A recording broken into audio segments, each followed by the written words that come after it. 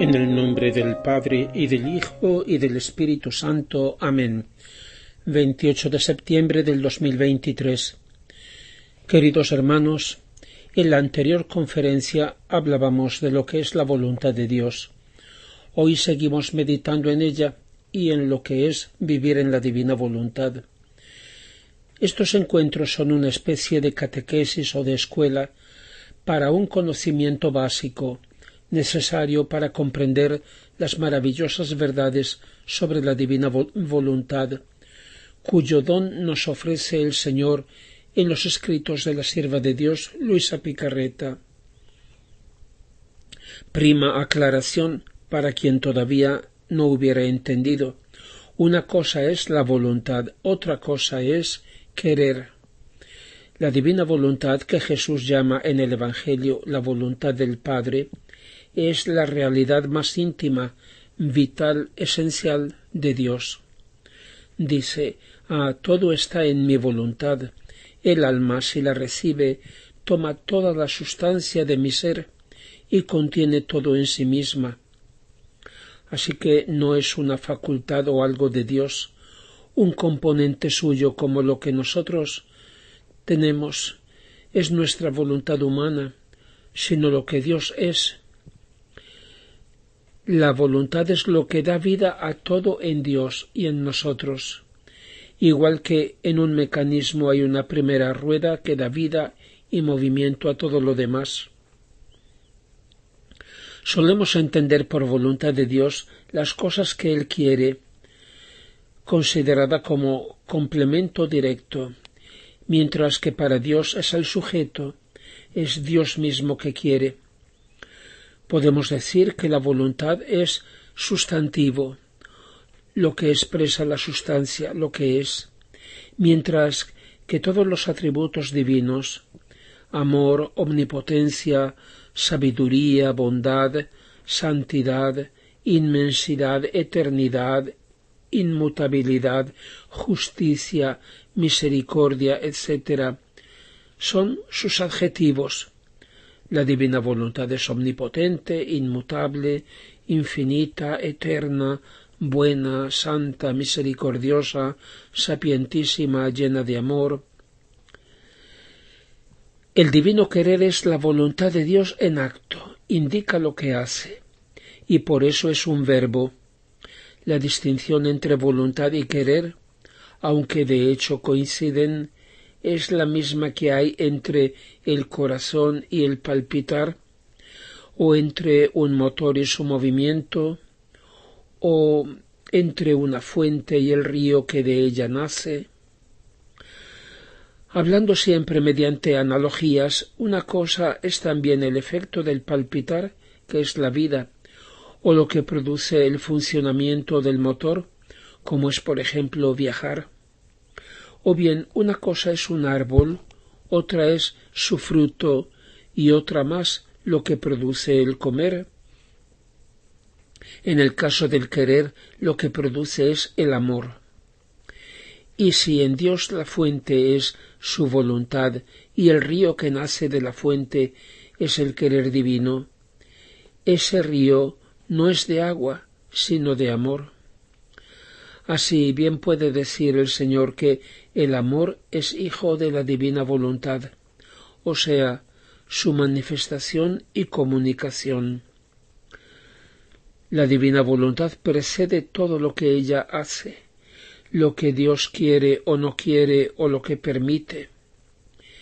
Es la fuente y el origen supremo de todo lo que Dios es, de la vida inefable de la Santísima Trinidad y de sus obras de amor eterno.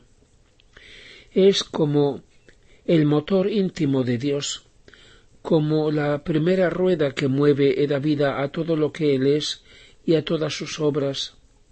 Es como el corazón de las tres divinas personas. Y Jesucristo, verdadero Dios y verdadero hombre, tiene dos voluntades: la divina, que es de las tres divinas personas, y la humana, y sin embargo no ha vivido una doble vida, a ratos como Dios y a ratos como hombre, sino una sola vida, porque ambas voluntades las ha identificado perfectamente en un solo querer humano divino. Una segunda aclaración. Dice la Sagrada Escritura que Dios creó al hombre a su imagen y semejanza. Una cosa es la imagen, otra es la semejanza. La imagen divina está en nuestro ser, en la naturaleza humana, que Dios ha creado conforme al modelo de cómo es Él, mientras que la semejanza está en el vivir. El hombre debía vivir a semejanza de Dios, pensar como Dios piensa, ver todo como Dios lo ve, amar con el mismo amor eterno e infinito de Dios, tener sus mismos gustos, la misma felicidad, los mismos derechos divinos en cuanto hijo suyo. Nada de derechos humanos. El mismo modo de obrar, el mismo corazón, la misma vida de la Santísima Trinidad, su misma adorable voluntad, la fuente de su vida, de sus obras, de todos sus atributos divinos, de su querer, de su felicidad, de su gloria. Una cosa es la vida natural humana y otra es la vida sobrenatural divina. En la primera, Dios ha reflejado la imagen de su misma vida. En la segunda, sobrenatural, no por naturaleza, sino por pura gracia, Dios concede una participación de su vida a semejanza de ella. El hombre, creado a imagen de Dios y por eso mismo responsable de su propia vida y de su propio destino, dotado por tanto de voluntad libre. Una cosa es el libre albedrío y otra es la libertad.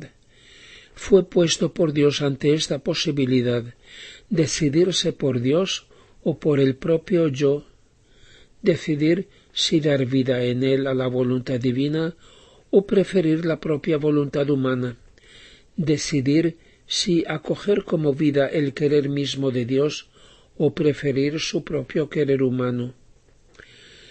Esa era la prueba necesaria querida por Dios para proclamarlo Hijo amadísimo y confirmar todos los bienes que como tal le daba.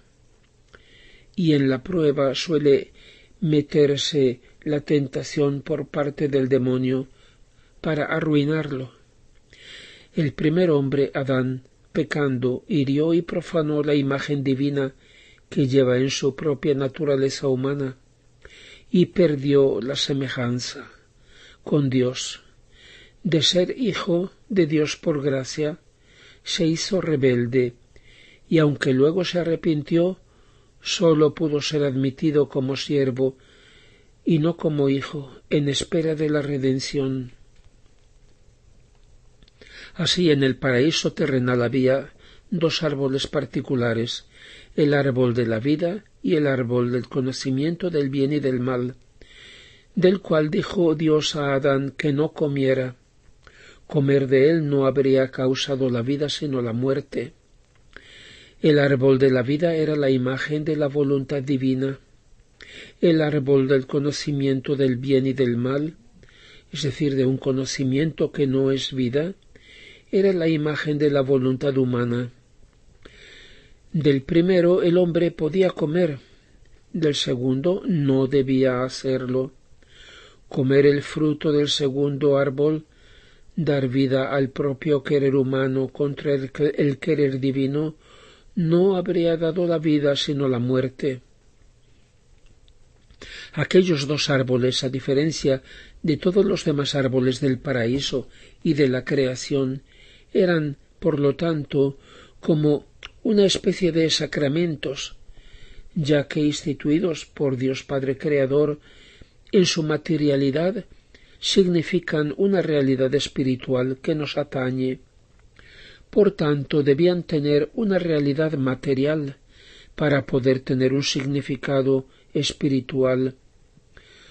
Sus respectivos frutos tenían que ser, por lo tanto, verdaderos frutos materiales, y en ninguna parte se dice que el fruto prohibido fuera la famosa manzana, pero con un preciso significado, el fruto divino o bien el fruto humano, es decir, aludían al fruto del seno, de la procreación, fruto bendito y divino el de María, pero fruto privado de bendición y humano el de Eva.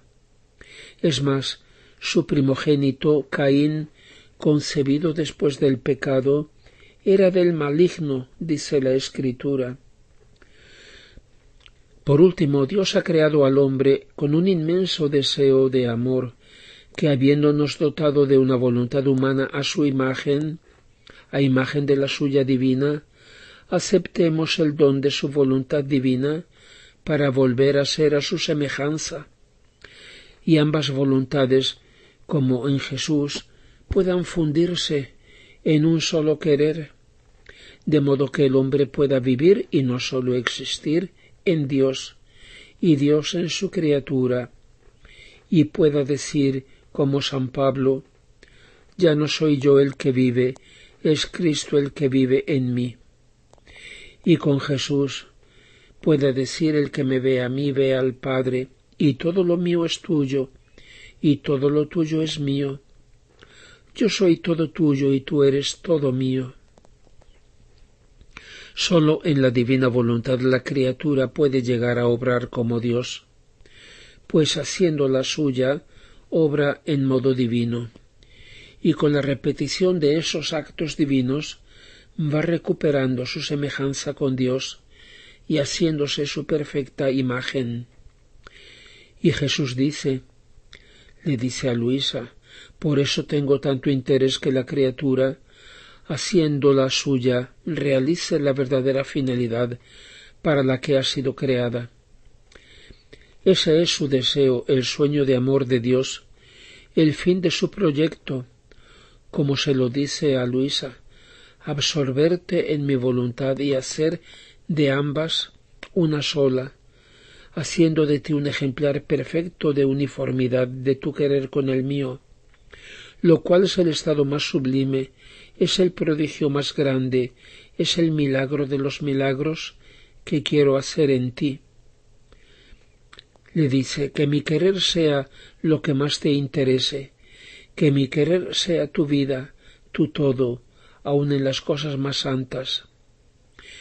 Quiero que estés siempre en mi querer. Quiero sentir tu corazón palpitante en el mío, con el mismo amor y dolor.